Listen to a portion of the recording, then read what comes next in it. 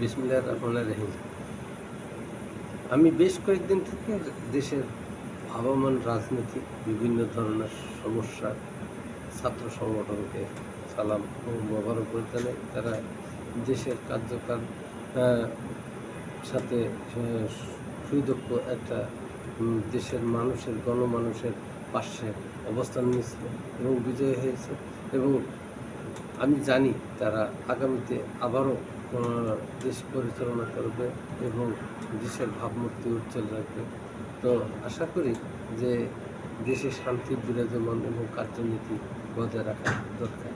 তো দেশের চলমান যে কার্যনীতি বা তো যেহেতু আমি ইঞ্জিনিয়ার MS সাইফুল ইসলাম শাহাদাত, প্রতিদিনের নিয়ে আজকেও একটা টপিকস নিয়ে আলোচনা করতেছি যে প্রাইভেট কার বা ট্রাক বা অন্যান্য যন্ত্রাংশ যেখানে থাকে সেই জায়গায় যে পপুলার শেপটা থাকে, এই পপুলার শেপটা যে আমরা বিভিন্ন অ্যাঙ্গেলের যে ঘূর্ণায়মান কাজ করে থাকি, তার এই ঘূর্ণায়মান যন্ত্রাংশের অ্যাঙ্গেলে যে ক্রস বিয়ারিং থাকে, এই ক্রস বিয়ারিংয়ের এই জিনিসটা মূল জিনিস। এখানে বিয়ারিং থাকে, এই ক্রস বিয়ারিংয়ে এই জিনিসটা দিয়ে ক্রস বিয়ারিং তৈরি করা হয়।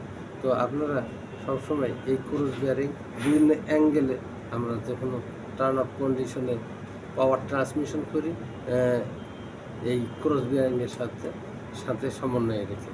এই ক্রস বিয়ারিং দ্বারা বিভিন্ন যন্ত্রাংশ খোলা যায়। আমরা র্যাসেট হ্যান্ডেলেও আমরা ক্রস বিয়ারিং ব্যবহার করে নাট বল্টু খুলি। তো আশা করি এই জিনিসটা আপনারা চিনে রাখবেন। ওয়ার্কশপের ছেলেপেলেরা তারা তো সবসময় প্রতিনিয়ত পপুলার শেফটের যে মাঝখানে রাবার কুসুম থাকে, ওই জায়গার মধ্যে এই ক্রস বিয়ারিং থাকে। ক্রস বিয়ারিংয়ের পর থাকে স্লিপ জয়েন্ট। এই স্লিপ জয়েন্টের মাথায় এই ক্রস বিয়ারিংটা, যেটা আপডাউন এবং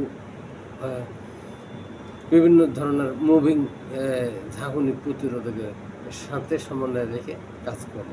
আসসালামু আলাইকুম।